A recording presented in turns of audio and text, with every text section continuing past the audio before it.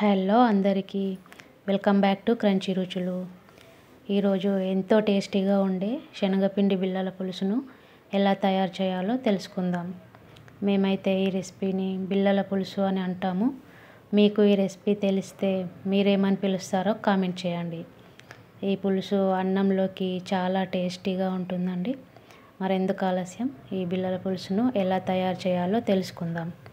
ముందుగా దీనికోసం ఈ విధంగా చిన్న గ్లాస్తోని 1.5 గ్లాసుల వరకు శనగపిండిని తీసుకోవాలి. ఈ శనగపిండిని ఒకసారి జల్లించి పక్కన పెట్టుకోవాలి. ఇప్పుడు శనగపిండి బిళ్ళల పులుసు కోసం మీ టేస్ట్కు తగినట్టుగా చింతపండుని తీసుకోవాలి. నేనైతే ఒక గుప్పెడు వరకు చింతపండుని తీసుకొని బాగా కడిగి పక్కన పెట్టేసుకున్నాను.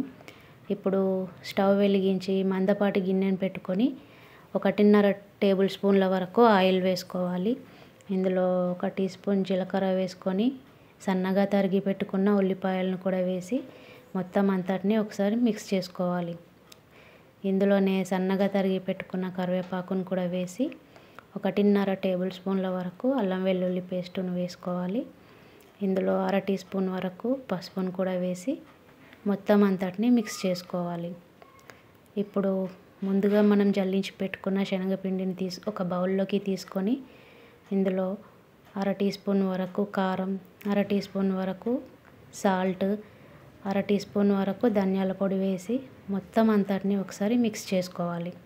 తర్వాత 1 గ్లాస్ శనగపిండికి 1.5 గ్లాసుల వాటర్ పోసుకోవాలి. నేను ఇంకో 1/2 గ్లాస్ ఎక్కువగా తీసుకున్నాను శనగపిండిని కాబట్టి మరొక 1/2 గ్లాసు వరకు వాటర్ పోసుకున్నాను. మొత్తం దీని అంతటిని ఉండలు లేకుండా కలిపి ముందుగా మనం తాలింపు పెట్టుకున్న మిశ్రమంలోకి వేసి ఆపకుండా కలుపుతూ ఉడికించుకోవాలి. అస్సలు మధ్యలో ఆపకూడదండి, కలుపుతూనే ఉండాలి. ఇది కొంచెం దగ్గర పడేంత వరకు మీడియం ఫ్లేమ్లో పెట్టి పిండి మిశ్రమాన్ని కలుపుకుంటూ దగ్గర పడనివ్వాలి. ఈ విధంగా కొంచెం దగ్గర పడిన తర్వాత మంటని సిమ్లో పెట్టి కలుపుకుంటూ ఉడికించుకోవాలి. చూడండి, కొంచెం కొంచెంగా దగ్గర పడుతూ ఉంది. దీన్ని ఈ విధంగానే మధ్య మధ్యలో కలుపుకుంటూ వేయించుకోవాలి. ఇప్పుడు మూత పెట్టుకొని మధ్య మధ్యలో కలుపుకుంటూ దగ్గరగా అయ్యేంత వరకు ఉడికించుకోవాలి. ఇది ఉడకడానికి కొంచెం టైం పడుతుందండి.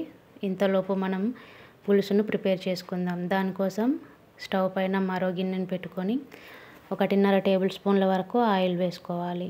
ఇందులో జీలకర్ర, ఆవాలు, ఉల్లిపాయలు, పచ్చిమిరపకాయలు వేసుకొని మొత్తం అంతటిని ఒకసారి బాగా కలుపుకోవాలి. ఇందులోనే ఒక గుప్పెడు కరివేపాకును కూడా వేసి మళ్ళీ ఒకసారి కలుపుకొని 1.5 టీ స్పూన్ల అల్లం వెల్లుల్లి పేస్ట్ వేసుకొని మొత్తం అంతా బాగా మిక్స్ అయ్యేలాగా కలుపుకోవాలి. ఇందులో 1/2 టీ స్పూన్ పసుపు కూడా వేసి బాగా కలిపి ముందుగా మనం రెడీ చేసి పెట్టుకున్న చింతపండు మిశ్రమాన్ని వేసి బాగా మరగనివ్వాలి. ఇప్పుడు చూడండి, మన శనగపిండి బాగా దగ్గరగా ఉడికిపోయింది. ఈ విధంగా గట్టిగా ఉడకాలండి. పిండి ఉడికిపోయింది. ఇప్పుడు ఒక వెడల్పాటి ప్లేట్ తీసుకొని అందులో కొద్దిగా ఆయిల్ వేసి ఆయిల్ అంతటిని ప్లేట్కి అప్లై చేసుకోవాలి. ఇప్పుడు మనం ఉడకబెట్టి పెట్టుకున్న శనగపిండి మిశ్రమాన్ని ఇందులో వేసుకోవాలి. తర్వాత చేతికి ఆయిల్ రాసుకొని ఈ పిండి అంతటిని పల్చగా స్ప్రెడ్ చేసుకోవాలి.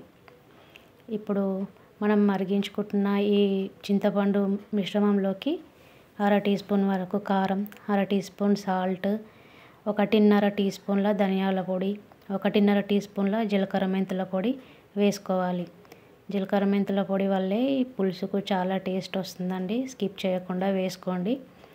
తర్వాత ఈ పులుసుకు కొంచెం చిక్కదనం రావడం కోసం 1 టీ స్పూన్ శనగపిండిని తీసుకొని ఉండలు లేకుండా కలిపి ఈ చారు మిశ్రమంలో వేసి మొత్తం అంతటిని కలిపి బాగా మరిగించుకోవాలి. ఇప్పుడు మనం ఒక నైఫ్కి ఆయిల్ రాసి మనం స్ప్రెడ్ చేసుకున్న శనగపిండి మిశ్రమాన్ని నచ్చిన సైజులో, నచ్చిన షేప్లో కట్ చేసి పెట్టుకోవాలి. నేనైతే ఈ విధంగా స్క్వేర్ షేప్లో కట్ చేశాను. ఈ విధంగా ఈ మందంగా ఉండేటట్టు కట్ చేసి పెట్టుకోవాలి. ఇప్పుడు బాగా మరుగుతున్న పులుసులోకి ఈ బిళ్ళలన్నింటినీ వేసి 1 నిమిషం పాటు మరిగించుకుంటే సరిపోతుంది. అంతే అండి, ఎంతో టేస్టీగా ఉండే బిళ్ళల పులుసు రెడీ.